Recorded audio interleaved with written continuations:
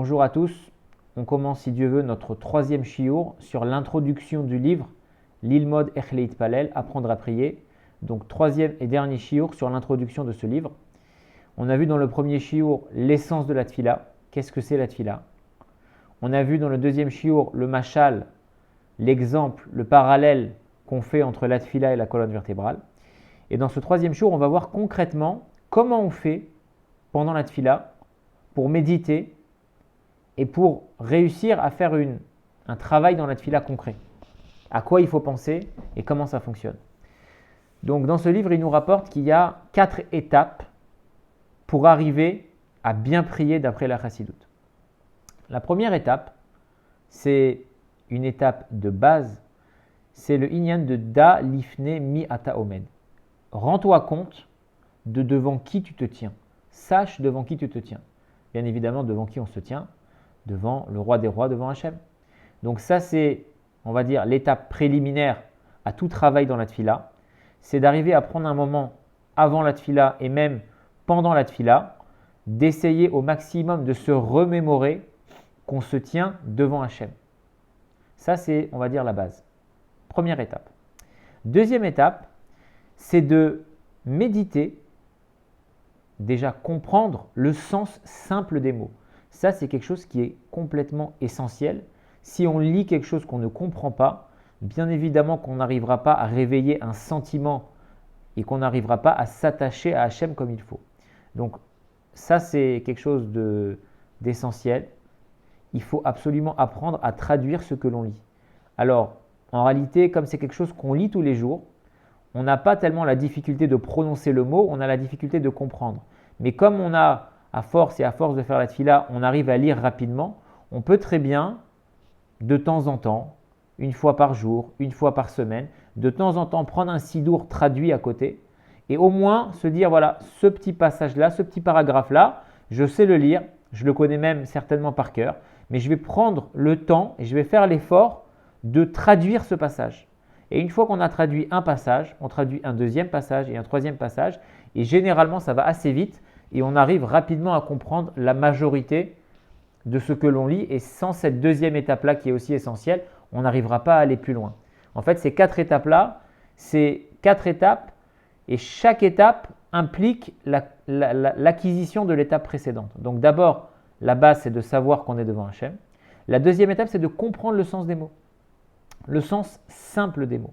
D'ailleurs, dans le Hayom Yom du Chet Tevet, du 8 Tevet, là-bas, dans le Hayom Yom, il y a écrit que le Tzemar Tzedek, donc le 3e rabbi de Chabad, il avait demandé aux enseignants de ses petits-enfants qui leur apprenaient la Torah, il leur avait dit aussi de faire attention de bien apprendre le sens simple des mots de la tfila.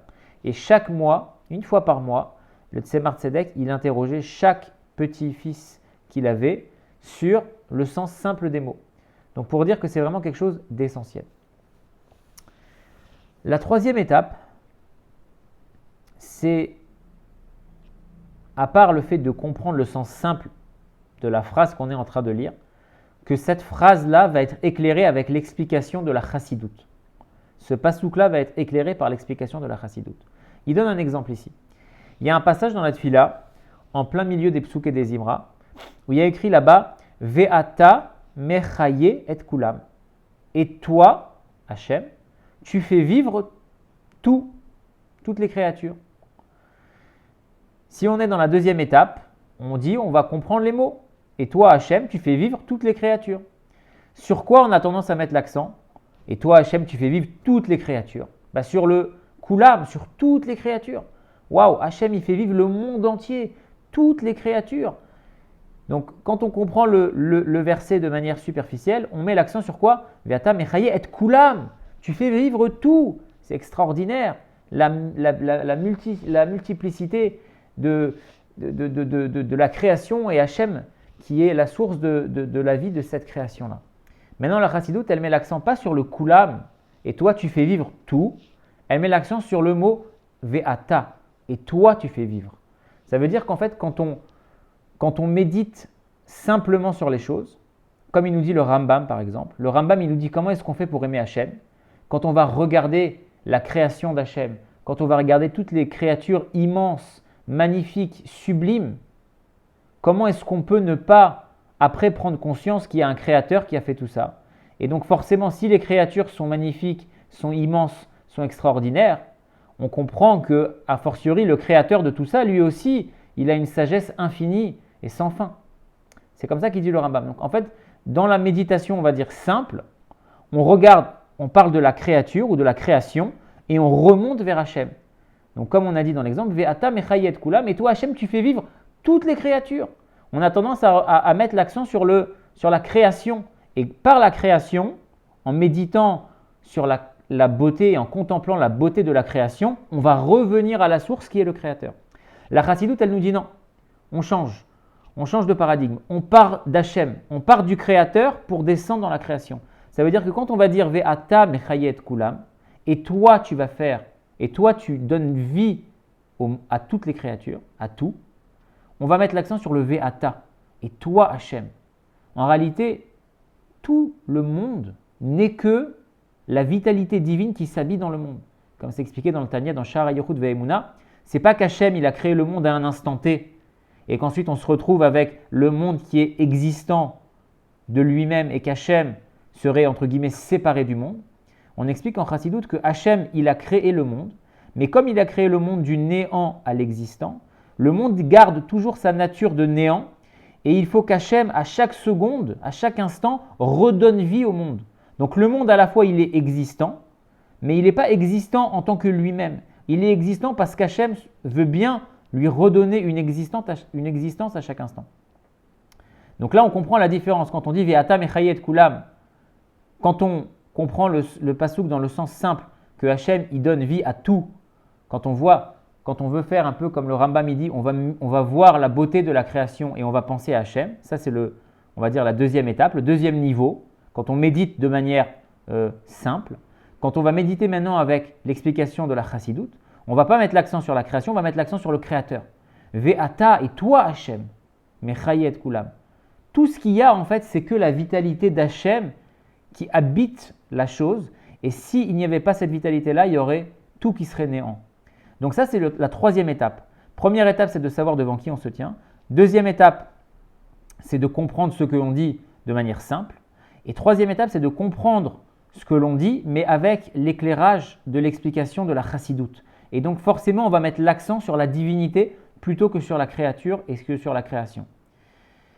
Maintenant, la quatrième étape, le quatrième niveau, et ça, il y a beaucoup de… Dans ce quatrième niveau-là, chacun il va avoir le niveau qu'il va réussir à atteindre dans cette étape-là. C'est un niveau où pas seulement qu'on va comprendre les choses avec la vision de la Chassidoute, c'est qu'on va réussir à ressentir le Inyan. On va réussir à vraiment vivre, sentir l'amour, sentir la crainte de Dieu, vivre ce que l'on dit. Ça, c'est un niveau qui est beaucoup plus compliqué, c'est la dernière étape. Et c'est pour ça que les chassidim qui arrivent à se donner et à réussir dans leur avodat tefila, ils prient, mais ça dure très très très très longtemps. Parce que pour réussir à ressentir quelque chose, il faut méditer, approfondir la notion de chassidoute jusqu'au point où on va la ressentir dans notre corps. Et dans le livre, il ramène une histoire, on s'arrêtera là. Il ramène une histoire du Maguid de Mezrich. Le Maguid de Mezrich, donc c'est l'élève principal du Baal Shem Tov, il est devenu l'élève principal du Baal Shem Tov. Et on raconte qu'avant même de rencontrer le Baal Shem Tov, il était déjà un grand Talmid Chacham, il était versé dans l'étude de la Torah, dans l'étude de la Kabbalah, il priait avec les intentions kabbalistiques, les kavanot du Harizal, etc., etc. Avant même de rencontrer le Baal Shem Tov. Et il avait un ami, un chaver, qui faisait comme lui. Ils étudiaient ensemble, et ils priaient ensemble, etc., etc. Et donc ils avaient le même niveau, entre guillemets. Les deux, ils étaient versés dans l'étude de la Torah, dans la Kabbalah et dans la Tfila avec les kavanot du Harizal. Leurs chemins se sont séparés. Le Maguid est parti devenir un élève du Baal Shem Tov. Et son ami, il a fait son chemin. Et plusieurs années après, ils se sont retrouvés. Ils se sont retrouvés comme ça. Et le matin, il a fallu prier. Et donc, les deux, ils ont commencé à prier. Et l'ami du Maguid, il a fini cette fila beaucoup, beaucoup plus tôt que le Maguid. Le Maguid, il a approfondi, il a allongé cette fila. Et quand il a fini, son ami, il lui a dit « Je ne comprends pas, il y a des années, on priait ensemble, on commençait en même temps, on finissait en même temps. Maintenant, je vois que toi, tu t'allonges dans la tfila. Qu'est-ce qui a tellement changé pendant ces années-là » Le Maguid ne lui a pas répondu. Il lui a dit « Avant que je te réponde, parle-moi un peu de ta parnassa. comment ça se passe? Raconte-moi. Alors, son ami lui dit, regarde, toute l'année, j'étudie la Torah, non-stop. Ma femme, elle gère le business, ma femme, elle gère le commerce, ma femme, elle gère la parnassa. Il y a une fois dans l'année où je dois aller, par contre, dans la ville de Leipzig, en Allemagne. Là-bas, il y a une grande foire, un grand marché. Et là-bas, j'achète beaucoup de marchandises. Ok? Je prends la marchandise, je la ramène à la maison, je la range à la maison, je l'organise. Ça me dure un certain temps. Une fois par an, je fais cet effort-là. Et une fois que j'ai fait ça, je laisse ma femme gérer pour le reste de l'année. Voilà. Donc toute l'année, j'étudie. Une fois par an, je vais acheter la marchandise, je la ramène, je la trie, je l'organise et après ma femme, elle gère. Le Maguide, il lui dit quoi? Il lui dit, je ne comprends pas. Pourquoi tu te prends la tête? Pourquoi tu vas à Leipzig? Pourquoi est-ce que tu ne fais pas tout ça par la méditation? Regarde, assis-toi dans ta chambre, ferme les yeux, pense dans ta tête que tu vas à Leipzig, pense dans ta tête que tu achètes la marchandise, pense dans ta tête que tu ramènes la marchandise chez toi, et pense dans ta tête que tu organises la marchandise. Et tu vas voir que tu vas gagner beaucoup de temps. Pourquoi tu vas jusque là-bas, tu achètes, tu ramènes, etc. Alors son ami lui dit, mais je ne comprends pas, j'ai besoin d'aller là-bas pour acheter la marchandise et la ramener concrètement chez moi. Ça sert à quoi si je médite? Alors le Maguide lui a dit, ah, c'est exactement la même chose pour la tefila. Il lui dit, maintenant quand moi je fais ma tefila, on sait très bien, on va le voir plus tard, mais quand on fait la tefila, il y a tout un seder où on monte de niveau en niveau pour atteindre, à chaque fois on monte d'un monde vers un autre monde dans les mondes spirituels. Et donc le Maguide lui dit, moi c'est pareil quand je fais la tefila. Là on est dans le monde de Asiya, après il faut monter dans le monde de Yetzira, après il faut monter dans le monde de Bria, après il faut monter dans le monde d'Atsilut. Et là-bas il y a des trésors, il y a des marchandises, il y a des trésors, et il faut les ramener ici-bas. Et donc si on veut concrètement ramener ces trésors en bas, ça ne suffit pas juste de méditer, il faut y aller, il faut se déplacer. Donc moi je vais dans le monde de Yetzira, je vais dans le monde de Bria, je vais dans le monde de Hatzilut, je vais chercher les marchandises, les trésors, et je les ramène en bas, après la tefila. Donc il lui dit, donc toi-même tu as vu que déjà pour aller acheter de la marchandise, il faut y aller soi-même, sinon ça ne marche pas. Et bien moi je te dis dans la tefila c'est pareil. Moi je me déplace dans les mondes, moi je ressens la chose. Et c'est pour ça que maintenant je prie et ça dure plus longtemps qu'avant. Parce qu'avant je ne me déplaçais pas, maintenant je me déplace. Donc ce quatrième niveau-là, peut-être pas donné à tout le monde, ou en tout cas pas à ce niveau-là, pas au niveau du Maguide, ça c'est sûr. Mais ça c'est la dernière étape, c'est-à-dire de ressentir la chose. Donc on résume les 4 étapes. Savoir da lifne mi ata omed, devant qui tu te tiens, devant Hachem. Comprendre, deuxième étape, comprendre le sens des mots. Troisième étape, comprendre le sens des mots mais éclairé par le pirouche à Chassidut, par l'explication de la Chassidut. Et quatrième niveau, une fois qu'on a compris tout ça et qu'on va méditer sur la profondeur et les secrets de ce que l'on dit, à ce moment-là, ça doit réveiller chez nous concrètement, physiquement, un amour et une crainte pour Hachem. Donc voilà, Bezrat Hachem, on a fini l'introduction de ce livre Lilmod Echleit Palel. Et donc, si Dieu veut, le prochain Shiur, on commencera dans les mots, Modéani. Et donc on fera, en suivant l'ordre du Sidour, chaque passage de la Tfila et on essaiera de donner le Pirouche Hamilot, l'explication simple des mots, mais surtout l'explication de la Chassidut pour que chacun puisse prendre le temps de méditer, de s'approfondir et d'améliorer sa Avodat Tfila et son attachement à Hachem, Bezrat Hachem. À très bientôt.